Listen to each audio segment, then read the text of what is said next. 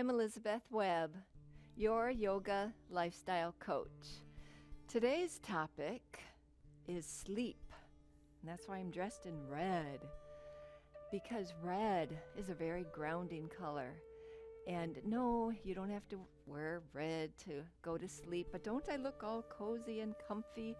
I even have somebody here in the studio audience that his name is Mark, and he'll be helping me later to bring a prop in so that I can show you how to use a prop in your home, how to prepare yourself for sleep. So today, there's lots of different angles that I want to look at as far as sleep, because in our medical system, we've got so many different diagnoses for different sleep disorders, because either we're getting too much sleep or we're not getting enough sleep. So looking at the sleep Ayurvedically, we can say to ourselves, all right, if we know what our constitution is within the Ayurvedic system, then we can have an understanding as to maybe why we're having sleep difficulties. And I actually made a CD, and it's a Yoga Nidra CD. And I have a 15-minute intro on that where I talk about the different constitutions. I talk about a lot of different things as well. But speaking about Ayurvedically, that CD does have a little blurb about the three different Vata, Pitta, Kapha, three different constitutions. And so you could take a look at that to get more information there. Because today we can look at herbs, and we've probably all heard of valerian root. That's a nice herb to take that can be helpful to calm your body down. If you're one of those type A personalities that's always on the go, and then if you get into bed and you're still got this thinking mechanism still on the go, well, maybe you could watch some of my previous shows, like on meditation, to kind of learn how to calm down this thinking apparatus so that we can fall asleep. But now, on the other hand, if there's a person that has too much time on their hands and they find themselves sleeping too much, then the grogginess, sometimes, even though you're groggy, that can inhibit sleep as well. And, but if we're always going, the adrenals, they sometimes get overstimulated. And there's various techniques and different things that I'm going to show you in a little while, how to calm down the adrenal glands so that we can have an opportunity to calm the body, so that when we get under the covers, then, there's good sleep that will be happening. And I like to think about the sun. And, the sun, well, it doesn't go to sleep, but, we don't see it for a certain number of hours. And it has its cycles, just like the seasons, have its cycles. So if we follow the pattern of the sun, then what's happening is we are getting more sleep during winter if we actually, go to sleep a couple hours after the sun sets. We would be getting more sleep in winter, because in winter time we can be sleeping more, because then we're accumulating more energy for the longer days of summer. And of course, we all have heard early to rise and early to bed makes a man happy, wealthy, and wise. I think that saying goes something like that. And I know I've got a couple clients that have sleep difficulties because they do too much. And then what I suggest to them is while they're getting ready for bed, dim the lights and make everything dim, have some soft, quiet music going so that when you're getting ready, brushing your teeth, washing your face, just doing the basics of whatever you do, to get yourself ready for bed, the lights are dim and you have the low lights to increase that serotonin level. And then that can be so helpful to prepare one for sleep. And I know of 3 other clients that do smudging before they go to sleep. So they're smudging themselves, they're smudging, the room, they're smudging away, the day's events.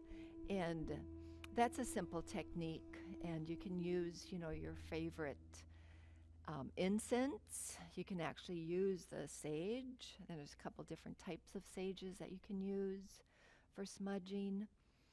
And aromatherapy is a wonderful way to put on the pulse points. And if you're putting some essential oil on the various pulse points, that's extremely helpful. Lavender is a very nice aromatherapy to use to calm the nervous system. When the nervous system is calm, sleep can be induced by that. And so the first pose that we're going to do today includes a mudra. And a mudra is a hand position. So this hand position is extremely easy. And this hand position is Anja Mudra, if I'm saying that right.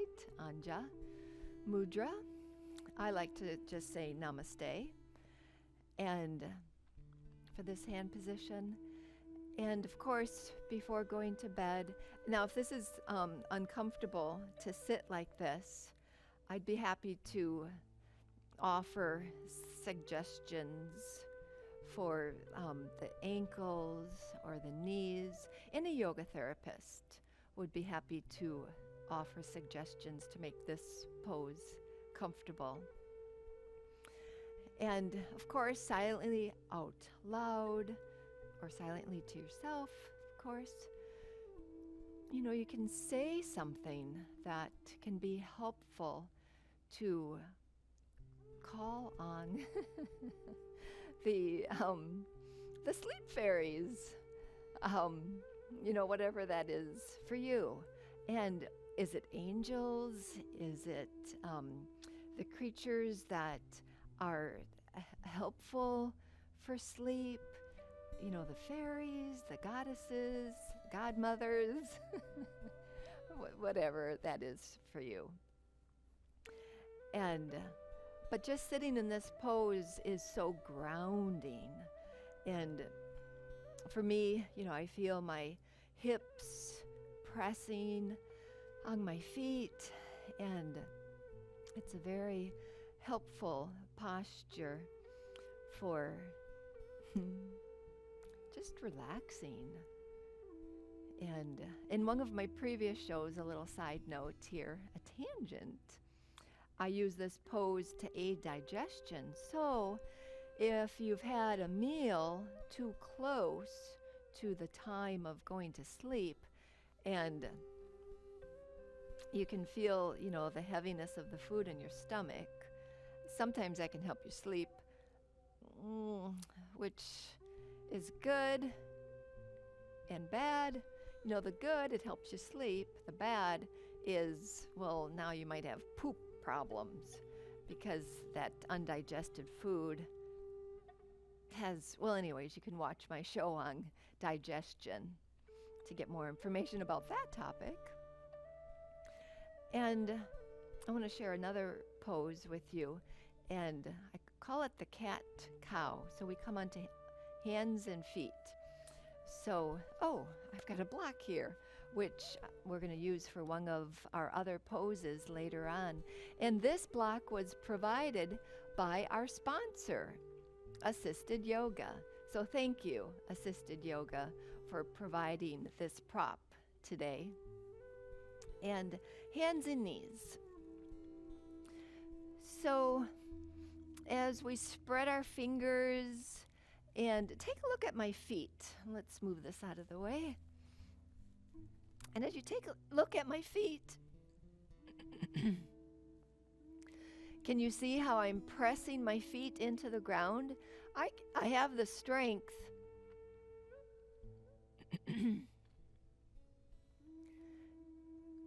to press my feet into the ground that I could actually lift my knees off the ground.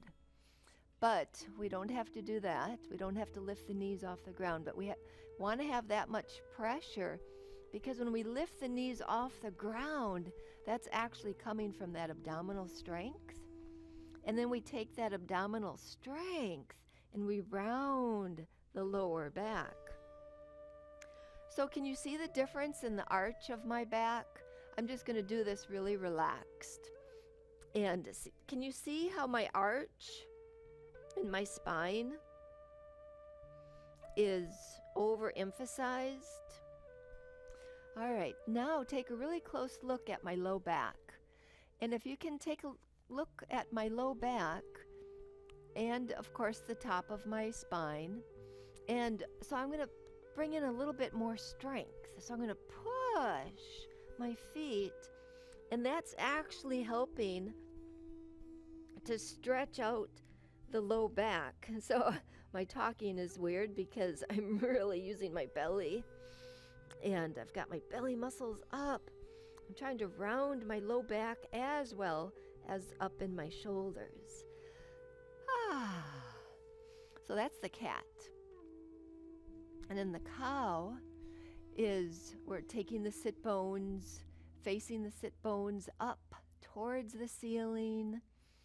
And we're taking the chest and bringing the chest towards the arms. So I'm bringing the chest forward. So I'm actually trying to bring my arms backward. And as I bring my arms backward, that helps my chest come forward. I am using the abdominal muscles to help that chest come forward. My back is swayed down like a cow. Now we're going to so CatCow is doing this with your breath. So exhale into cat. Remember all the points that I just shared with you. Inhale into cow, remembering all the different techniques that you can do with CatCow. And putting forth that little bit of effort in this posture can be very helpful for letting the body, get into a deep state of sleep.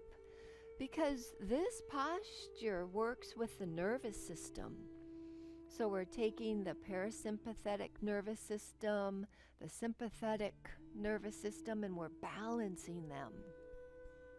So anytime our nerves, our nervous system is balanced, then anything that we attempt to do is done at its fullest. So if we want to have a nice deep sleep, we can do 5, 10, maybe 15 of these.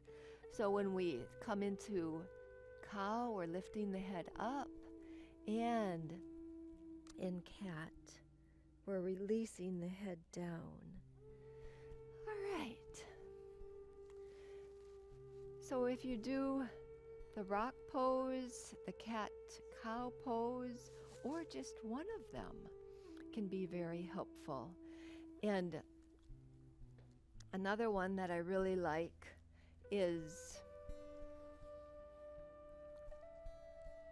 Buddha Konasana, and that means butterfly in our language. But we're taking the feet and we're bringing the feet. Normally, when we do this pose, the heels are really close to the groin. But we're taking the feet nice and far away from the body. And then we're holding on to ankles, to toes, wherever it feels comfortable. I'm going to rest my arms on my legs, and I'm going to rest my forehead on my heels. And with the forehead resting on the heels, that's very opening of the back body. Again, addressing the spinal column, which houses the nervous system.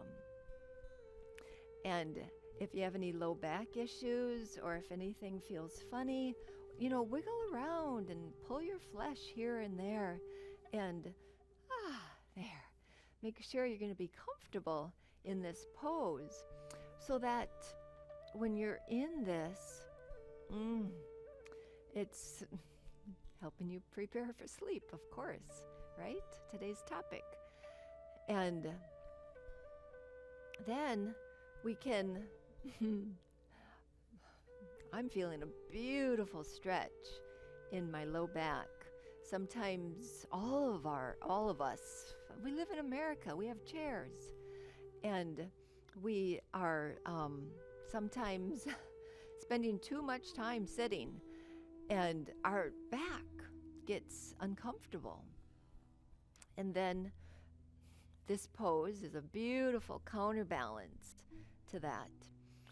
So you can hold this pose for as long as comfortable, maybe 3 breaths, maybe 3 minutes, or anything that or however much time that you have to be in this pose.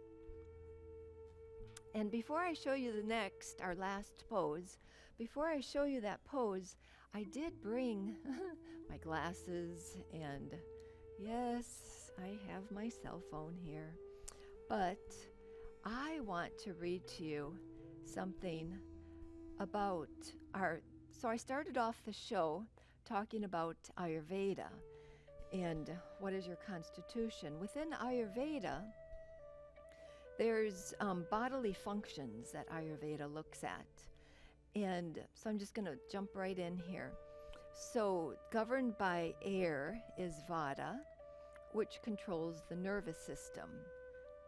Fire, which is Pitta, controls the digestive and metabolism. And then earth and water, which is Kapha in Ayurveda, that controls the immunity and the structural strength. So within these 3 different Vata, Pitta, Kapha, there's time, 6 a.m. to 10 a.m. is the Kapha, and when that increases, this is the best time for exercise and physical labor before the sun is at its peak. And then 10 a.m. to 2 p.m., that's when Pitta is increasing, and that's the best time of the day to eat your biggest meal. 2 p.m. to 6 p.m. is when Vata increases, and this is the best time for any mental or creative energy things, as the nervous system is more active during this time of the day. And then 6 p.m. to 10 p.m., pay attention, Kapha increases. This is the best time to begin settling down for sleep. Kapha is heavy, and with cortisol levels dropping from 6 p.m. to 10 p.m., then, it should be helping you to get sleepy. And just to continue with this list here, 10 p.m. to 2 p.m. Pitta increases, and this is the best time to get really good sleep. 2 a.m. to 6 a.m. Vata increases, and that's when the nervous system begins to stir, and we can start to wake up during that time frame. All right, so thank you for that information there. Hopefully you'll find that helpful. And earlier I told you that a friend of mine. His name is Mark. He's here today, and he'll be bringing a prop in just in a minute. And it's going to be a prop that will be helpful for if you don't have a block like this. So for our last pose, we can do, how are we doing on time for our show today? Let's make sure we stay on top of that. And, all right, so legs up the wall. You can use a block for legs up the wall. And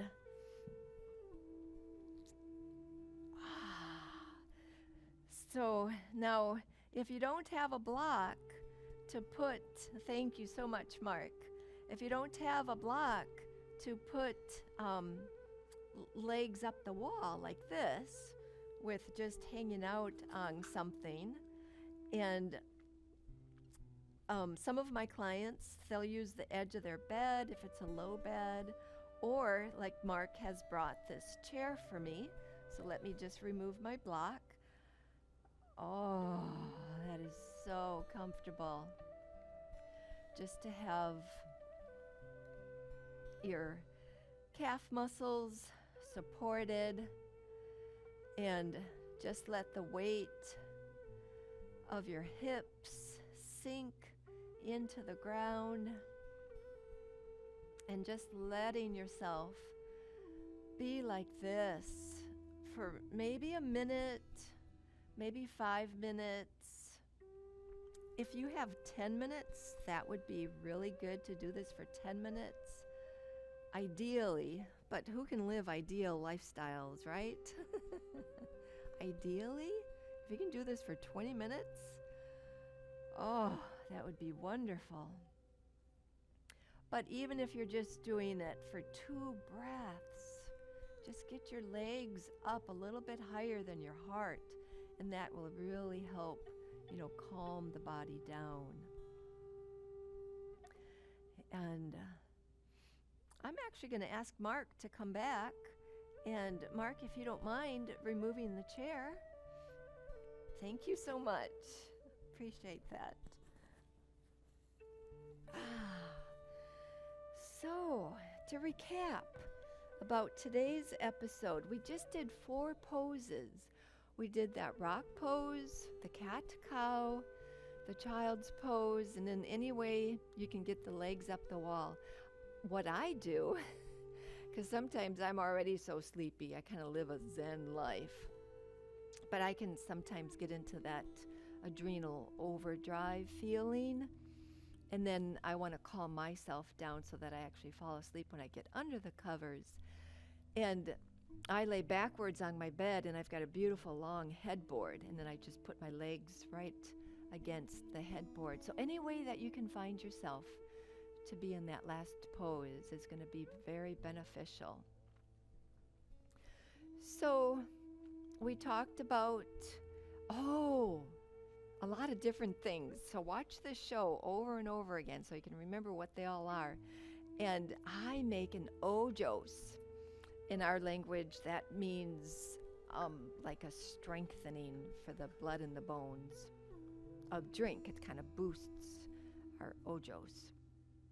Oh, and you'll have to contact me for that recipe. It is such a wonderful recipe to drink before you go to bed.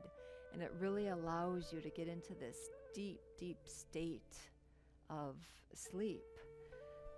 And as your yoga lifestyle coach, and as an Ayurvedic educator, and as your yoga therapist,